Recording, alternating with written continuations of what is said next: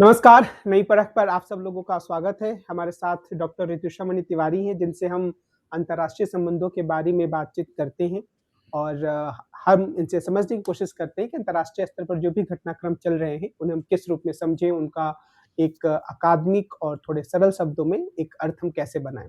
ऋतुषा जी, आपका स्वागत है। नमस्कार। नमस्कार। ये जो ग्रीनलैंड को लेकर बहुत सारा विवाद चल रहा है और माना ये जा रहा था कि वेनेजुएला में जिस तरह की कार्रवाई डोनाल्ड ट्रंप ने की है, कुछ ऐसा ही वो ग्रीनलैंड की तरफ भी करने की ओर अग्रसर हैं और कोई भी विरोध उसमें आड़े आने वाला नहीं है। लेकिन पिछले 10-15 दिनों में कुछ चीज़ें बदली हुई सी लग रही हैं और ऐसा लग रहा है कि डोनाल्ड ट्रंप दूसरे तरीके से एक दबाव बनाने की कोशिश कर रहे हैं और वे एक तरह के अंतर्राष्ट्रीय दबाव का भी सामना कर रहे हैं। आप ग्रीनलैंड के संदर्भ में डोनाल्ड ट्रंप की रणनीति को कैसे देखती हैं? और आपको क्या लगता है कि उनकी रणनीति में विश्व का जो जनमत है उसका दबाव अब एक प्रेशर की भूमिका निभा रहा है? अ, जी, जैसा कि आपने कहा, मुझे लगता है कि ग्रीनलैंड के संदर्भ में ट्रंप का जो रुख है, वो रणनीतिक जो कल्पना है, स्ट्रैटेजिक इमेजिनेशन है और जो एक डिप्लोमैटिक रियलिटी है या राजनयिक यथार्थ है, उसके बीच के टकराव का उदाहरण है। और आपने जैसा कि कहा कि अंतर्राष्ट्रीय दबाव, वो भी एक बहुत बड़ा मुद्दा है। ग्रीनलैंड के मामले में ट्रंप का पीछे हटना किसी अचानक बदले हुए मन का परिणाम नहीं है, बल्कि अंतर्राष्ट्रीय दबाव और कूटनीतिक यथार्थ दोनों की ही स्वीकृति है। ट्रंप ने, अगर आपको याद हो, ग्रीनलैंड खरीदने का विचार पहली बार जब व्यक्त किया था तो एकदम असामान्य उसको समझा गया था। लेकिन इसके पीछे जो आर्कटिक क्षेत्र में बढ़ती हुई रणनीतिक प्रतिस्पर्धा है और दुर्लभ खनिज संसाधन है, और वहाँ पे जो चीन और रूस की जो मौजूदगी है, उसको लेकर अमेरिकी चिंता का ये एक तरीके से रिफ्लेक्शन था। लेकिन जिस तरीके से डेनमार्क, यूरोपियन यूनियन और नॉर्डिक देशों ने इस प्रस्ताव को सार्वजनिक रूप से खारिज किया है, उसने स्पष्ट कर दिया कि आज की अंतर्राष्ट्रीय व्यवस्था में संप्रभुता को सौदे की वस्तु के रूप में पेश करना अभी तक स्वीकार्य नहीं माना गया है। और इसी के चलते इस तरीके का दबाव जो ट्रंप प्रशासन को सामने आया है, उसने ये समझने पर मजबूर किया है कि सैन्य या आर्थिक शक्ति होने के बावजूद बिना वैधता के ऐसा कदम अ, अमेरिका की वैश्विक साख को नुकसान पहुंचा रहा है। तो इस अर्थ में ट्रंप का पीछे हटना कमजोरी तो नहीं, लेकिन यह संकेत ज़रूर है कि अमेरिकी शक्ति स्वतः वैध नहीं मानी जा रही है। उसे अंतर्राष्ट्रीय सहमति और स्वीकार्यता की ज़रूरत पड़ती है और वो साफ तौर पे अभी भी दिखाई दे रहा है। एक चीज़ और हम लोगों ने देखा कि जो कनाडा के प्रधानमंत्री हैं कार्नी साहब, उन्होंने एक तरीके से जो अमेरिका एक इस दौर में है कि तरह-तरह से टैरिफ लगाकर देशों पर दबाव डाले, तो उसके हुँ, संदर्भ में अपने विचार व्यक्त किए कि कनाडा के लोगों को क्या करना चाहिए, अपने उत्पादों पर ज़्यादा ध्यान देना चाहिए, अपने मार्केट पर ध्यान देना चाहिए। यूरोपीय यूनियन की तरफ से भी कुछ इस तरह के बयान आए, जिससे ऐसा लगा कि वे अमेरिका के प्रभाव से खुद को थोड़ा दूर करने की कोशिश कर रहे हैं। मेरा सवाल आपसे ये है और उसमें रोचक बात ये भी है कि ट्रम्प साहब ने जब कार्नी के पूरे बयान पे अपना रिस्पॉन्स दिया तो उन्हें गवर्नर कार्नी करके संबोधित किया। यानी कि जी। एक तरीके से मान है कि कनाडा जो है वो भी अमेरिका का हिस्सा है या हो सकता है। तो मैं सवाल ये करना चाह रहा हूँ कि ये जो कनाडा की तरफ से प्रतिक्रिया आई है या यूरोपियन यूनियन की तरफ से जो असहजता की बार-बार एक आवाज़ आ रही है, क्या हम एक ऐसी संभावना देखें कि ये लोग अमेरिका के प्रभाव से निकल पाएँगे या एक तरीके से कुछ भी बोले अंत में यूरोप के जो देश हैं, वो अपनी सुरक्षा के लिए अमेरिका पर ही निर्भर रहेंगे? ये स्थिति रहेगी या इसमें थोड़ी कुछ बदलाव की संभावना आप देखती हैं? मुझे लगता है कि ट्रंप को यूरोपियन यूनियन और कनाडा जैसे देशों से जो लगातार आलोचना का सामना करना पड़ रहा है, उसे गंभीरता से लेना चाहिए। लेकिन इस आलोचना को क्या हम एक तरीके से अमेरिकी वर्चस्व के अंत के रूप में देख लें, वो भी नहीं सही होगा। यूरोपियन यूनियन, कनाडा अमेरिका के विरोधी देश नहीं हैं, बल्कि उसके सबसे पुराने और भरोसेमंद ही साथी रहे हैं, सहयोगी रहे हैं। तो जब यही देश अमेरिकी नीतियों का खुलकर आलोचना कर रहे हैं, तो ये एक महत्वपूर्ण राजनीतिक संकेत है। और ये स्थिति बताती है कि अमेरिकी नेतृत्व की जो नैतिक और संस्थागत वैधता है, वो कमज़ोर हुई है। पहले जहाँ अमेरिकी निर्णयों को सहयोगी देश चुपचाप स्वीकार कर लेते थे, अब वो सार्वजनिक असहमति दिखा रहे हैं। लेकिन इसका मतलब यह नहीं है कि अमेरिका सैन्य, आर्थिक या तकनीकी रूप से कमज़ोर हो गया है। मुझे लगता है कि इसको हेजेमोनिक फटीग की तरीके से देखना चाहिए, जहाँ वर्चस्व तो है, लेकिन निर्विवाद वर्चस्व नहीं है। और अमेरिका को अभी भी नेतृत्व करना पड़ रहा है। ऐसा नहीं है कि उसके नेतृत्व को एकदम चुनौती दे दी गई हो, लेकिन उसका नेतृत्व आदेश के जैसा नहीं है। लेकिन ये जो एक बात कही जाती है कि अंत में हो वही रहा है जो ट्रम्प चाह रहे हैं। और जिस तरीके से भारत के संदर्भ में हम ये कह सकते हैं कि अभी तक हमारी सरकार ने कम हुँ, से कम खुले रूप में ये नहीं दिखाया है कि ट्रम्प जो बयान दे रहे हैं, हुँ, उसका वो विरोध करें। तो हुँ, इस संदर्भ में क्या हम ये माने कि अंत में ट्रम्प इस दुनिया में अभी वर्तमान समय में वही करवा पा रहे हैं जो करवाना वो चाह रहे हैं? कोई खुला विरोध तो नहीं दिख रहा है? अ, खुला विरोध मुझे लगता है कि अगर इस बीच में खुला विरोध के बारे में बात करें, तो रूस और चीन तो हैं, जो इस तरीके का 2 देश दिखाई देते हैं, जो अमेरिका के वर्चस्व को चुनौती दे सकते हैं। ये जो अभी उनका एक तरीके का अगर आप आकलन देखें, तो उनके रवैये से लगता भी है कि अमेरिका को अगर आगे एक चुनौती का सामना करना पड़ेगा, तो उनकी तरफ से होगा और अभी अगर आपने भारत का भी संदर्भ लिया यहाँ पर भारत के भी सामने कई विकल्प हैं। उन विकल्पों में सीधा-सीधा समर्थन या खुला विरोध ना होकर एक डिप्लोमैटिक फ्लेक्सिबिलिटी का हमें अंदेशा दिखाई देता है। और जी, जहाँ तक भारत की ओर से संवाद की बात जाती है, तो उसमें जो संवाद है वो सशर्त है। ऐसा नहीं है कि जो संवाद है वो उसमें कोई शर्तें नहीं हैं, कोई सीमाएँ नहीं हैं जो निश्चित नहीं की गई हैं और उन शर्तों में बहुपक्षवाद या मल्टीपोलैरिटी एक तरीके से हमेशा से एक सीमा या संदर्भ या शर्त रहा है। और अगर सहयोग की बात भी करें तो मुद्दे पर आधारित सहयोग रहा है, इश्यू बेस्ड रहा है। अगर हितों को साथ में लेकर चलने की बात नहीं हुई है भारत के, तो फिर वहाँ पे हो सकता है कि सहयोग सीधा-सीधा ना रहा हो। तो मुझे लगता है कि सीधा अगर आप कहना चाहते हैं कि कुल जो हो रहा है, वो वही हो रहा है जो ट्रम्प चाहते हैं। अम, मुझे लगता है कि ऊपरी तौर पे भले ही ऐसा लग रहा हो कि अंतर्राष्ट्रीय दबाव है, ट्रम्प पीछे हट रहे हैं, लेकिन व्यापक तस्वीर अगर हम देख रहे हैं, तो उसमें एजेंडा सेटिंग की जो शक्ति है, वो अभी भी ट्रम्प के पास है और जो सहयोगियों की प्रतिक्रियाएँ हैं, चाहे कनाडा हो, चाहे अन्य देश हों, उसमें प्रतिक्रिया के बावजूद एक मजबूरी भी साफ तौर पे दिखाई दे रही है। लेकिन जी। वैश्विक जो बहस है, भले ही उसका एजेंडा ट्रम्प तैयार कर रहे हों, लेकिन वैश्विक बहस की जो दिशा है, उस पर उनका उतना ज़ोर नहीं है। तो मुझे लगता है कि अगर वो कुछ कदम आगे चल रहे हैं ट्रम्प, तो कुछ कदम पीछे भी हटना पड़ रहा है। और इसको रणनीतिक स्तर पे हम समझ सकते हैं कि चर्चा की उन्होंने शर्तें तो तय कर दी हैं, लेकिन अंत में एक औपचारिक जीत भी उनके सामने नहीं है। तो कुछ कदम आगे और कुछ कुछ कदम पीछे वाली पूरी एक रणनीति चल रही है। अच्छा, जैसे अगर हम अंतर्राष्ट्रीय फलक पर विचार करें, तो एक तो लगता है कि अमेरिका सबसे आगे का देश है जी। सैन्य के लिहाज़ से, सेना के लिहाज़ से और आर्थिक पक्ष के लिहाज़ से। उसके बाद हम कह सकते हैं कि चीन का स्थान आता है या फिर रसिया या चीन सैन्य मामलों को लेकर। मेरा सवाल ये है आपसे कि क्या चीन की जो पूरी नीति है जो भी घटनाक्रम चल रहा है, ख़ास तौर पे ट्रम्प के द्वारा टैरिफ लगाना, बीच में ऐसा चीन ने दिखाया था कि वो भी उतनी ही ज़्यादा टैरिफ लगाएगा।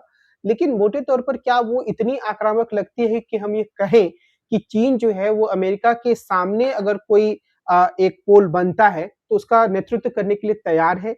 या चीन की जो नीति है वो अभी भी ये है कि हम अपने आप को और मजबूत करें और कुछ-कुछ मामलों में बयान देते रहें, अपने नज़रिए को साफ रखें, लेकिन एकदम सीधा टकराव ना अपनाएँ? क्या चीन को हम नीति को इस रूप में देख सकते हैं या फिर वो नेतृत्व करने के लिए तैयार है? मुझे लगता है कि चीन और रूस दोनों ही अमेरिका के वर्चस्व से एक ओर असंतुष्ट तो हैं, लेकिन उनकी रणनीति और लक्ष्य अलग-अलग तरीके का है। रूस को छोटे से एक संदर्भ में देख लेते हैं। रूस को एक स्पॉइलर पावर के रूप में देखा जा सकता है। वो मौजूदा अंतर्राष्ट्रीय व्यवस्था को अपने पक्ष में पुनर्गठित करने की क्षमता तो नहीं रखता। लेकिन अस्थिर ज़रूर कर सकता है। साइबर हमले, सूचना युद्ध, सीमित सैन्य हस्तक्षेप ये सारे के सारे उसके साथ उसकी रणनीतियों के साथ जोड़कर देखे जाते हैं। और इनसे यह भी माना जाता है कि अमरीकी प्रभाव एक तरीके से कमज़ोर पड़ता है। लेकिन क्या वो अमरीकी प्रभाव की जगह अपनी जगह बना सकता है? ये भी हमेशा एक बहुत बड़ा क्वेश्चन मार्क है। इसका इसका आंसर जो है पॉज़िटिवली अभी तक तो नहीं देखा जाता है। चीन ऑन द अदर हैंड उसका रवैया एकदम अलग है। चीन अमेरिका से अभी तक सीधी टक्कर नहीं देखता आया है। उसकी एक लॉन्ग टर्म की इंस्टीट्यूशनलाइज़्ड रणनीति है। इस इंस्टीट्यूशनलाइज़्ड रणनीति का हिस्सा एआईआईबी है या ब्रिक्स है या बेल्ट एंड रोड इनिशिएटिव रहा है। तो उसका जो उद्देश्य है वो तुरंत चुनौती देना नहीं है जो कि आपने कहा। लेकिन धीरे-धीरे ये ज़रूर दिखता है कि वो पश्चिमी जो नेतृत्व है वेस्टर्न एक लीडरशिप है, उसको एकमात्र विकल्प के रूप में देखने नहीं देना चाहता बाकी दुनिया को और उसकी जगह अन्य मॉडल्स का विकल्प भी तैयार कर रहा है इंस्टीट्यूशनल तरीके से। और हालिया घटनाक्रम को अगर देखें तो ये ज़रूर लगता है कि दोनों ही देश अमेरिका की आंतरिक अस्थिरता और नीति असंगति को एक अवसर की तरीके से देख रहे हैं और इसलिए उनके पास एक मैन्यूवरिंग पावर भी बन रही है। लेकिन इन दोनों में से ही कोई भी देश खुली टकराव की राजनीति नहीं कर रहे हैं। तो चीन को भी मैं उस तरीके से रशिया के समक्ष रख के ही देखती हूँ।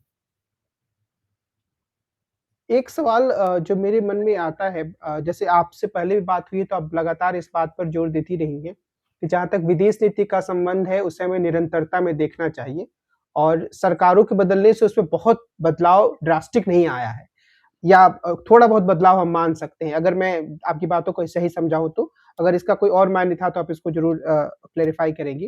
पर मेरा जी। सवाल ये है कि जो डोनाल्ड ट्रम्प साहब ने एक ऑफ़र भेजा हुँ, नरेंद्र मोदी को, हुँ, जो गाज़ा में वो एक पीस बोर्ड करके बना रहे हैं, बोर्ड ऑफ पीस करके, उसमें सदस्यता के लिए भारत को आमंत्रित किया। हुँ, और उस समय मैंने देखा कि मीडिया में काफ़ी कुछ इसको सकारात्मक तरीके से प्रस्तुत किया गया कि हुँ, एक बुलावा आया है ट्रम्प की तरफ से। फिर एक जी, 1-2 दिन के भीतर ही, 1 दिन के भीतर इसका गुब्बारा फूट गया कि एक तरीके से बहुत सारा पैसा भी देना है और भारत की जो नीति है, उससे थोड़ा अलग हटना भी होगा। हुँ, मेरा सवाल ये है कि इस तरह की जो चीज़ें हो रही हैं, हुँ। उस संदर्भ में अगर हम देखें तो क्या हम ये कह सकते हैं कि नरेंद्र मोदी सरकार की विदेश नीति पहले की सरकारों की विदेश नीति की तुलना में, जिसमें वाजपेयी की सरकार भी शामिल है, उससे थोड़ी अलग है? या तो मोदी जी के समर्थक इसे प्रैग्मैटिक बहुत बोल सकते हैं, या फिर हम ये कह सकते हैं कि नरेंद्र मोदी ने उसमें काफ़ी कुछ एक छिछलापन वो लेकर आए हैं, वो उसको उन्होंने हल्का बना दिया है। तो आप इसे कैसे देखती हैं? मुझे लगता है कि अगर थोड़ा-सा विस्तार में भारत की भूमिका को समझें, तो हमें ये मानकर चलना होगा कि भारत आज तक कोई तुरंत प्रतिक्रिया देने वाला देश नहीं रहा है और किसी भी ध्रुव का अनुयायी नहीं रहा है। तो ये दोनों ही जो फ़ॉरेन पॉलिसी की कैरेक्टरिस्टिक्स हैं, वो लॉन्ग टर्म कैरेक्टरिस्टिक्स हैं और अगर हम देखें तो कुछ मुद्दों में नेहरूवियन ईयर्स में प्रतिक्रियाएँ रहीं लेकिन कई मुद्दों पे नहीं भी रहीं। कई जगहों पर इस तरीके का व्यवहार सामने आया कि जहाँ पर तुरंत प्रतिक्रिया देना उचित समझा नहीं गया और इसलिए एक लॉन्ग टर्म अगर हम एनालिसिस फॉरेन पॉलिसी की करें, जिसमें केवल शिफ्ट्स नहीं हैं, जो लीडरशिप पर केवल बेस्ड शिफ्ट्स नहीं हैं, जो कंटिन्यूटी है वो मुझे लगता है कि एक कैलकुलेशन करना या कैलकुलेटिंग पावर के रूप में अपने आप को एस्टैब्लिश करना ये व्यवहार कई बार दिखता रहा है। अब इस पर्टिकुलर कॉन्टेक्स्ट में जो आप कह रहे हैं कि मौजूदा जो रिजीम है और मौजूदा जो प्रश्न है उस रिजीम के सामने, उसमें ट्रम्प का ये बोर्ड ऑफ पीस या इस तरीके के प्रस्तावों पर भारत का तुरंत ना जवाब देना, क्या असमंजस का प्रतीक है कि हम क्या करें, हमें समझ में नहीं आ रहा है या इसको एक स्ट्रैटेजिक साइलेंस के रूप में देखना चाहिए? मुझे लगता है कि स्ट्रैटेजिक साइलेंस के रूप में देखना चाहिए और शुरू से भारतीय विदेश नीति ये देखते आई है कि ये जो प्रस्ताव हैं इस तरीके के और अगर ट्रम्प की तरफ से आ रहे हैं तो अक्सर व्यक्तिगत राजनीतिक शैली से प्रेरित हैं ये और संस्थागत प्रस्ताव नहीं है ये एड हॉक प्रस्ताव हैं और उनके जो दीर्घकालिक परिणाम हैं वो अनिश्चित रहते हैं। तो इसलिए अगर फ़ॉरेन पॉलिसी के पर्सपेक्टिव से इसकी एनालिसिस की जाए, तो ये सबसे पहले देखना और जाँचना और इम्पैक्ट असेसमेंट इसका बहुत ज़रूरी है कि ये प्रस्ताव कितनी ज दूर तक जाएगा। इसको अन्य अमरीकी संस्थाएँ कितना समर्थन देंगी? और अंतर्राष्ट्रीय जो बाकी गठबंधन हैं, शक्तियाँ हैं, अंतर्राष्ट्रीय संस्थाएँ हैं, उनकी प्रतिक्रिया इसके प्रति कैसी रहेगी? तो भारत का जो इंतज़ार करना है और तुरंत इस पर जवाब ना देना है, वो एक तरीके से क्राइसिस मैनेजमेंट है। कि हम इमीडिएटली इस पर तुरंत बोल उठें और बाकी जो हमको लॉन्ग टर्म इसके इम्पैक्ट हैं, इवन शॉर्ट टर्म इम्पैक्ट्स हैं, शॉर्ट टर्म इसके रिस्पॉन्सेज़ हैं, अगर वो नहीं क्लियर हैं, तो हम इस पर अपना तुरंत क्यों एक आंसर दें। और दूसरी जो चीज़ है, वो ये भी है कि भारत-अमेरिका संबंध हमेशा सभी लीडरशिप्स की ये कोशिश रही है कि साझेदारी का संबंध रहे, अधीनता का संबंध ना रहे। भारत हमेशा से इस संबंध को एक अहम समझता आया है। लेकिन चाहे वो रक्षा सहयोग हो, तकनीकी या सप्लाई चेन हो या फिर एशिया में लार्जर एशिया में रणनीतिक संतुलन की बात हो, ये एक बहुत अहम संबंध रहा है, द्विपक्षीय संबंध रहा है। लेकिन उसी के साथ ये चीज़ भी साफ तौर पर समझते आए हैं कि हर समय और हर पहल जो अमेरिका की है, वो ज़रूरी नहीं है कि भारत के ही हितों के अनुरूप हो। इसलिए जो दृष्टिकोण है, वो लगातार इस बात पर टिका रहा है कि जहाँ इंटरेस्ट कन्वर्ज कर रहे हैं, वहाँ अलाइन करें, लेकिन जहाँ प्रेशर बहुत माउंट हो रहा है, वहाँ पे कभी भी अलाइनमेंट नहीं हो पाया है। जहाँ दबाव बहुत ज़्यादा है, वहाँ पे दूरी बनी रही है। और ये भी मैं एक कंटिन्यूटी के रूप में देखती आई हूँ भारतीय विदेश नीति की अमेरिका के संबंध में।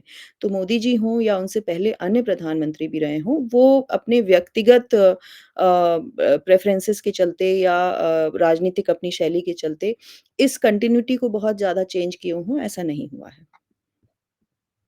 लेकिन एक आखिरी सवाल, जैसे मेरे मन में ये आता है कि इज़राइल के संदर्भ में तो ऐसा लगता है कि भारत की नीति बदली है। जहाँ भारत पहले फ़िलिस्तीनी कॉज़ को लेकर एक समर्थन का भाव रखता था, वहीं भारत के भीतर सब लोग ऐसा नहीं है कि इज़राइल के की जो नीति है उसका समर्थन करते हैं। पर कई बार ऐसा लगता है कि जो सरकार समर्थक हैं या सरकार की जो नीति है, वो इज़राइल के पक्ष में थोड़ा थोड़ा झुकी है। तो हम ये कह सकते हैं कि कुछ मामलों में एक बड़ा बदलाव, एक बड़ा शिफ्ट भी है विदेश नीति में? ये एक उदाहरण है, कई और उदाहरण हो सकते हैं। मुझे लगता है कि ये बहुत महत्वपूर्ण सवाल है और सीधा इसी बहस से जुड़ा हुआ भी मैं इसको मानती हूँ। अ, भारत की अगर हम इज़राइल की नीति के बारे में सोचें तो 3 उसकी स्थायी आधारशिलाएँ रही हैं। इज़राइल के साथ उसका द्विपक्षीय संबंध, एक जिसमें सुरक्षा, रक्षा, तकनीक इन सब चीज़ों का आदान-प्रदान ये रहा है। और दूसरा फ़िलिस्तीन का जो मामला है, उसके बारे में, उसकी आत्मनिर्णय के बारे में, उसके राज्य बनने के बारे में ये एक दूसरा उसका आधारशिला है। और तीसरा है कि रीजन को हम कैसे देखते आए हैं। तो क्षेत्रीय स्थिरता या अंतर्राष्ट्रीय कानून की वहाँ पर क्या स्थिति है और उस अनुसार हम इज़राइल के साथ किस तरीके का बिहेवियर कर रहे हैं।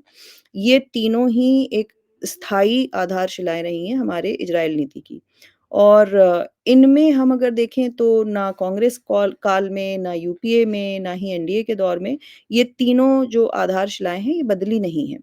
तो नीति एकदम बदल गई है, ये तो मैं नहीं कहूँगी क्योंकि आधारशिलाएँ उस नीति की नहीं बदली हैं। लेकिन उसके अंदर उसका प्रस्तुतिकरण, उस नीति का प्रस्तुतिकरण कि हम इज़राइल के अपने साथ संबंधों को किस तरीके से प्रस्तुत करने लगे हैं और साथ ही अम, प्राथमिकताएँ इन्हीं में इज़राइल के साथ द्विपक्षीय संबंध, फ़िलिस्तीन के साथ उसका समर्थन और क्षेत्रीय स्थिरता, इनकी जो आपस में प्राथमिकताएँ हैं इन आधारशिलाओं की, ये ज़रूर मुझे चेंज होती, बनती-बिगड़ती दिखाई देती हैं। तो उसमें जो विज़िबिलिटी है, दिखने का तरीका है, साथ ही जो राजनयिक भाषा है, डिप्लोमैटिक टोन है, वो काफ़ी हद तक हमें चेंज होती दिखाई देती है और ये प्रस्तुतिकरण का हिस्सा है। पहले इज़राइल के साथ जो संबंध थे, वो लो प्रोफ़ाइल रखे जाते थे और फ़िलिस्तीन के जो पैलेस्टीन के जो बयान थे, उनके बारे में जो ज़्यादा स्पष्ट रहते थे, सार्वजनिक होते थे और अब जो है इज़राइल के साथ जो सहयोग की भाषा है, वो खुले तौर पे स्वीकार की जाती है। ज़ोर ज़्यादा हो गया इस बात पे कि रक्षा, ड्रोन, साइबर, कृषि इन सब के साथ सहयोग कैसा है? और एक तरफ पैलेस्टीन के साथ समर्थन तो बना हुआ है, लेकिन भाषा काफ़ी ज़्यादा कंज़र्वेटिव या नैरो है और उसको हम कहेंगे कि नीति परिवर्तन तो नहीं है, लेकिन विदिन जो उसकी आधारशिलाएँ हैं, उसमें ज़रूर जो है एक एक तरीके से प्राथमिकताओं को बदला गया है। तो इज़राइल के संबंध में मैं इसी तरीके से देखती हूँ। गाज़ा और उससे जुड़ी हुई हालिया घटनाएँ जो रही हैं, उनके उन संकटों के संदर्भ में भारत ने लगातार नागरिक हितों के बारे में चिंता जताई है, मानवीय सहायता का समर्थन किया है। लेकिन वहीं दूसरी ओर इज़राइल की खुली आलोचना से भी परहेज़ किया है। तो मुझे लगता है कि नैतिक स्थिरता तो है ह्यूमैनिटेरियन कंसर्न के साथ, लेकिन जो पार्टनरशिप के बारे में एक रणनीतिक चिंतन है, वो भी काफ़ी हद तक यहाँ पर काम आ रहा है। तो रीअलाइनमेंट ज़्यादा बड़ा वर्ड हो जाएगा। रिकैलिब्रेशन अ, अभी तक मुझे दिखाई देता है और अमेरिका का जो फैक्टर है, वो भी काफ़ी हद तक सामने आता है। अमेरिका-इज़राइली संबंध जो उनकी अमरीकी घरेलू राजनीति से बहुत गहराई से जुड़े हुए हैं। इज़राइल पे बहुत ज़्यादा सख्त रुख वो नहीं ले रहे हैं और यहाँ पे भारत में भी अगर आप देखें तो जहाँतर विदेश नीति को अब इज़राइल के साथ संबंध और अमेरिका के साथ संबंधों को काफ़ी हद तक एक-दूसरे के ऊपर प्रभाव डालने वाला समझा जा रहा है। तो कई जगह रणनीतिक चुप्पी का भी सामला ली साम अम, का सा का साथ दिया जा रहा है। रणनीतिक चुप्पी यहाँ जो हमें बोर्ड ऑफ पीस के रूप में दिखाई दी है। हुँ, और इसी के साथ जो दूसरा पुश फैक्टर है मतलब अगर अमेरिका एक पुल फैक्टर है इज़राइल की ओर शांत रहने का या संतुलित रहने का, तो ग्लोबल साउथ और जो घरेलू संदर्भ है, वो भी है भारतीय विदेश नीति के सामने। ग्लोबल साउथ में अभी भी पैलेस्टीन को लेकर भावनात्मक और राजनीतिक दोनों तरीके का समर्थन बना हुआ है। और हुँ, घरेलू स्तर स्तर पे भी जैसा कि आपने कहा, विविध मत हैं पैलेस्टीन इश्यू को लेकर। इसलिए भारत के सामने, उसकी विदेश नीति के सामने ये हमेशा चुनौती बनी रहती है कि आप कितना नैतिक उपदेशक के रूप में बन सकते हैं, कितना एक पक्ष के प्रवक्ता बन सकते हैं और कितना आप रणनीतिक चुप्पी का सहारा लेते हुए हर चीज़ पर नहीं बोल रहे हैं। तो हुँ, एक निष्कर्ष में एक तरीके से इज़राइल पे नीति तो नहीं बदली है, लेकिन काफ़ी ज़्यादातर वो हित आधारित हो गई है, स्वहित आधारित हो गई है। तो हुँ, उसमें नैतिक संतुलन बनाना मुझे लगता है एक बड़ी चुनौती है। हुँ। और मुझे ये भी लगता है कि जो प्रस्तुतिकरण वाला पहलू आपने जिस पर ज़ोर दिया, शायद वो इसलिए भी बढ़ा है क्योंकि जो हमारे देश में जिस पार्टी की भी सरकार है, उसको अपने समर्थकों के एक तबके को खुश करने के लिए इस बात पर लगातार ज़ोर देना होता है कि जो अ, संघर्ष चल रहा है, उसमें वो फिलिस्तीनियों के साथ उतना समर्थन नहीं नहीं कर रहे हैं, नैतिक रूप से भले ही बोलने में कर दे रहे हों। उनका जुड़ाव जो है वो इज़राइल वालों के साथ है। तो मैं देखता हूँ कि जो सरकार समर्थक टीकाकार हैं या फिर उनके कार्यकर्ता हैं या फिर सोशल मीडिया के हैंडल्स हैं, वो लगातार इज़राइल के पक्ष में ही ज़्यादा बोलते हैं। तो ये भी एक मुझे लगता है शायद कारण हो सकता है कि सरकार का अपना जो प्रस्तुतिकरण है, जो 3 आधार आपने बताएँ, उसमें इज़राइल के संबंधों का ज़्यादा है और कहीं से भी वो खुलकर फ़िलिस्तीन के कॉज़ को समर्थन करते हुए नहीं दिखती है। इसके बारे में अगर आपकी कोई टिप्पणी है तो? जी, मुझे लगता है कि डोमेस्टिक फैक्टर तो एक है, पर मैं विदेश नीति में डोमेस्टिक फैक्टर को बहुत ज़्यादा ओवरप्ले नहीं करती हूँ क्योंकि डोमेस्टिक फैक्टर में आप डोमेस्टिक मार्केट में डोमेस्टिक पॉपुलेशन के लिए क्या कहना चाहते हैं, वो एक बात अलग है। लेकिन आप ज़मीनी स्तर पर जाकर क्या कर रहे हैं? क्या आप सचमुच इज़राइल के साथ उतना ज़्यादा क्लोज़नेस है आपकी जितना यहाँ पे प्रस्तुतिकरण में हो रहा है? मुझे लगता है कि ज़मीनी स्तर पे अभी भी बहुपक्षवाद पर ज़ोर है, तो भारत लगातार सुरक्षित भाषा का ही उपयोग करता है। जब भी भारतीय विदेश नीति के आप डॉक्यूमेंट्स को रीड करेंगे, तो एक सुरक्षित भाषा है जिसमें ना सीधा हाँ होता है, ना सीधा ना होता है। और चाहे वो संयुक्त राष्ट्र में बात की गई हो, चाहे अंतर्राष्ट्रीय कानून के संदर्भ में की गई हो, ग्लोबल साउथ की जो लार्जर लीडरशिप है उसके बारे में अगर बात की गई हो, तो कहीं पे भी एक रणनीतिक सुरक्षित भाषा के अलावा मुझे एक ही तरफ समर्थन देता हुआ भारत नहीं दिखाई देता है। जी। ये डोमेस्टिक एक कंज़म्पशन और डोमेस्टिक प्रस्तुतिकरण हो सकता है, लेकिन एक ही देश के प्रस्ताव को सीधा समर्थन देता हुआ भारत नहीं दिखता है। तो बहुपक्षवाद अपने लिए एक बफर की तरीके से यूज़ करता है, हुँ, बिल्कुल। मल्टीपोलैरिटी को। हुँ, दूसरा एक इम्पोर्टेंट जो फैक्टर है वो चीन का भी मतलब एक निर्णायक तत्व होना है। भारत की विदेश नीति कई बड़े मामलों में अ, मौन रख सकती है, रखती आई है और उसमें निर्णायक तत्व चीन भी है। अमेरिका से कितनी दूरी बनाए रखना है, कितनी दूरी नहीं बनाए रखना है, रशिया से कितनी दूरी बनानी है, नहीं बनानी है। उनमें कई बार चीन के साथ किस प्रकार की सीमाई और रणनीतिक चुनौतियाँ उभर के उस समय आई हुई हैं, ये भी निर्णायक फैक्टर बन जाता है। तो इसमें अपनी स्वायत्तता की भी छवि बनाए रखनी है। इसमें ये भी एक कैलकुलेशन है इसके अलावा कि किस तरीके की शक्ति के रूप में आप अपना प्रस्तुतिकरण कर रहे हैं। क्या आप एक मिडल पावर हैं, मध्य शक्ति हैं या आप एक स्विंग पावर हैं? स्विंग पावर की भूमिका हम कह सकते हैं कि इस तरीके से होती है कि किसी पर्टिकुलर इश्यू पे वो किसी एक पक्ष के साथ खड़ा है और किसी अन्य इश्यू पे वो किसी अन्य पक्ष के साथ खड़ा है। तो किस तरीके से अपनी दूरी को वो स्विंगिंग डिस्टेंस के रूप में चेंज कर रहा होता है, ये स्विंगिंग पावर की भूमिका मुझे भारतीय विदेश नीति की कई बार दिखाई दे जाती है।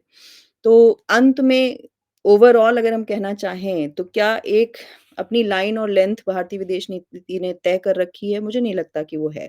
वो बहुत ज़्यादा तय थी नॉन अलाइनमेंट के जिस समय ईयर्स थे और अपने सोपान पर था नॉन अलाइन मूवमेंट बट धीरे-धीरे उस बहुत क्लियर स्पष्ट लाइन और लेंथ की बजाय अब जो है एक स्विंगिंग लाइन और लेंथ का सहारा ज़्यादा लिया जाता है। जी। आज की अपनी इस चर्चा को हम इसी बिंदु पर विराम देते हैं और अगले सप्ताह हम फिर मिलेंगे और विदेश नीति के बारे में, विदेश नीति के संदर्भ में उभर रहे मुद्दों के बारे में ऋतुषा जी से और बातचीत करेंगे। आज की इस ज्ञानवर्धक चर्चा के लिए आपका बहुत-बहुत धन्यवाद। नमस्कार। नमस्कार।